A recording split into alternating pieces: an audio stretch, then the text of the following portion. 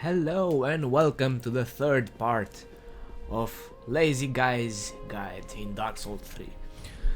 So in the last episode we killed the tree boss, and I didn't actually say why we did that. The thing is that that tree boss has an item which is called the transposing kiln, and that item, when you give it to a certain NPC here in Firelink, it allows you to construct boss weapons. And while it's not mandatory to use any boss weapons, because we want to be lazy, we will need a couple of boss items. So let's get to it. You already saw me using Vort's soul in the transposing kiln, and we got a ring which heals you the more you attack. So after the third or fourth consecutive swing, you start getting healed for every additional hit. And while it is true that we are using the claymore, so that thing won't really come into effect, there will be a boss later on which will become a joke because of that ring. Now let's put our running shoes on and go to the Road of Sacrifices bonfire.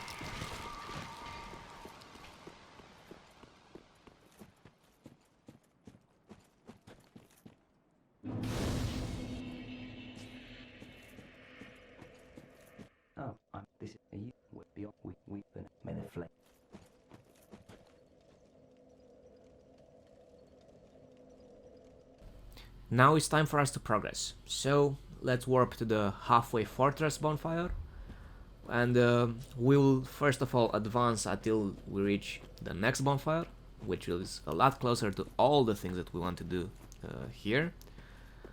After we get the Crucifixion Woods bonfire, we'll go pick up an estus shard. Then we'll go a little bit into Farron Keep, just so that we can get all the Titanite shards that we need to upgrade our weapon even further. And then we'll progress along the intended way. Let's go.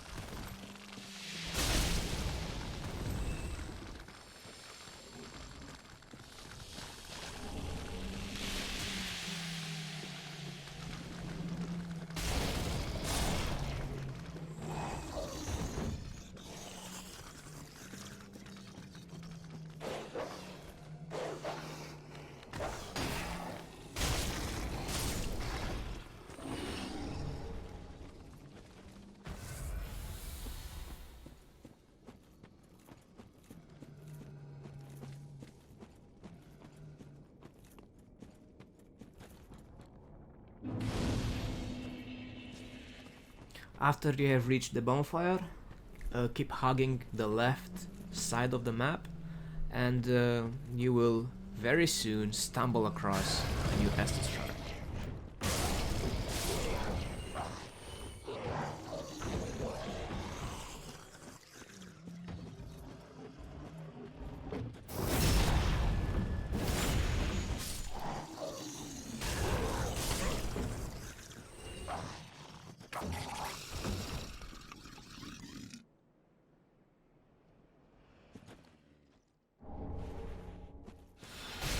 Now go back to the bonfire and have a look around. What you will see is a small flight of stairs somewhere on the left, and a little bit to the right of that small flight of stairs you will see these stairs, which are guarded by a big guy with a big stick. Well, you want to go straight past those stairs, sorry, and after you walk past those stairs, somewhere on the right there will be a ladder, a long ladder that you need to go down on.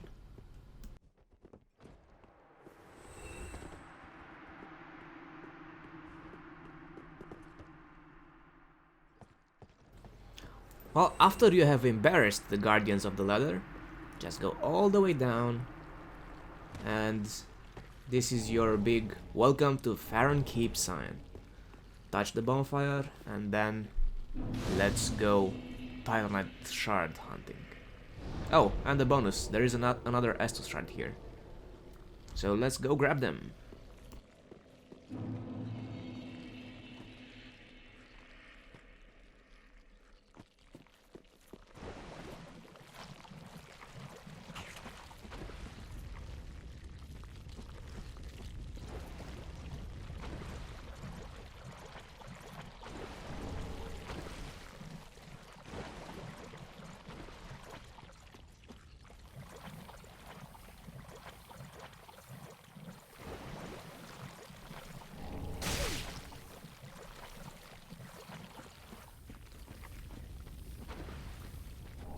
Alright, now that we have all the shards that we need, it's time for us to go back to Firelink, upgrade our weapon, upgrade our estus, and then go kill another boss. We are now back at the Crucifixion Woods bonfire, and this time we'll take the small flight of stairs that we have observed earlier. So we'll go up the stairs, dribble some enemies, and then make our way to the boss. It's a spellcaster boss, so there is no circling or blocking involved because, well, it's a spellcaster, so blocking spells is not really a good idea. But the thing is, the boss itself is quite squishy, so it dies quickly, but it has a catch. When it gets to half HP, it will start cloning itself, and only the original one hurts. The thing is, you need to be able to identify which one is the real boss, and you can make that happen by watching the colors of the spells, because the original will always have purple spells while the clones have blue. So this is the whole gist of this fight. Now let's enjoy this boss getting its ass kicked.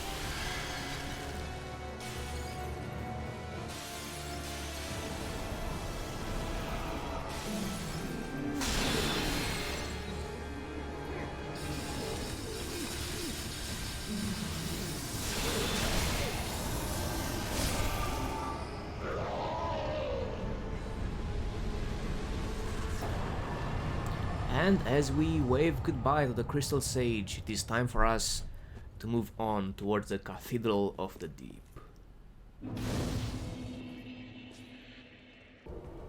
From the next bonfire that you'll encounter, you'll have to go up these stairs, kill the guy on top,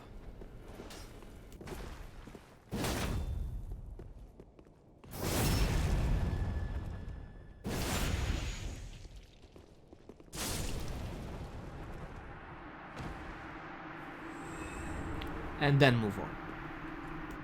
This next part is filled with enemies, but the trick is that if you go on the left hand side of the arena, just as you see right here, you will avoid most of them. And the worst that can happen to you is being chased by one dog. So if you go to the right side or to the middle, you will encounter 3 or 4 archers and 3 or 4 dogs, and we don't want that in our lives. Just go straight through. Make this guy blow himself up, say hi to his dumb friends that are keeping hostage an estus shard, and then it is time for us to move to the next part.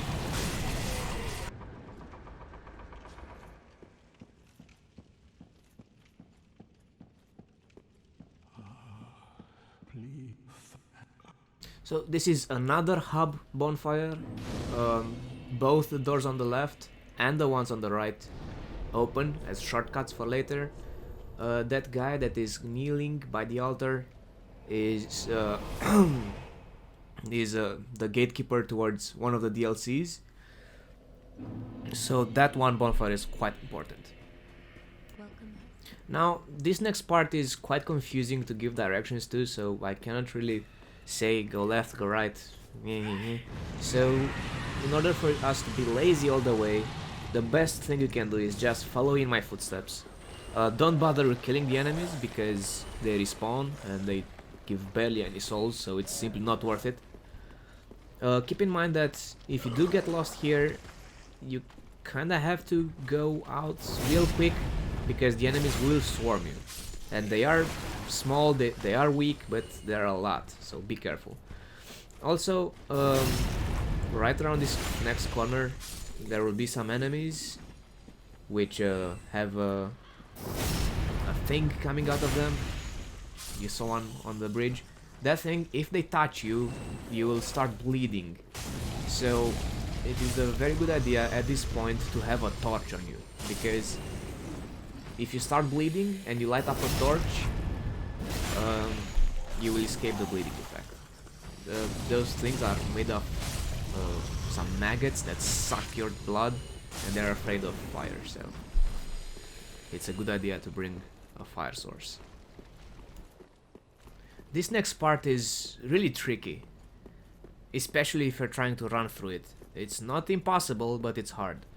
So you have to avoid a lot of enemies, and there are ambushes and tough enemies and guys that blow themselves up, and there are people shooting at you. So I would wholeheartedly recommend that you just follow in my footsteps as best as you can. Except for that shot.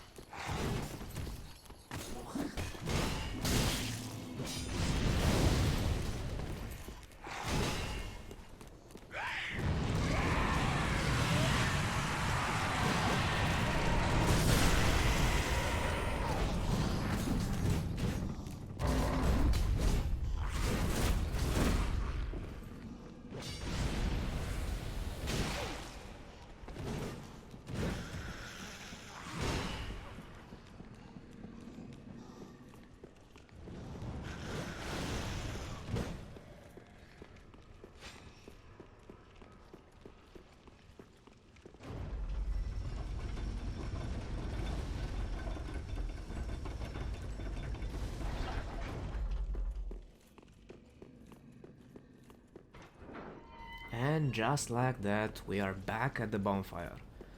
I think this is a good place to stop part 3. We made quite a bit of progress, we killed the boss, and now we have a shortcut for the remainder of the Cathedral of the Deep. So, thank you for watching, and I'll see you in the next episode.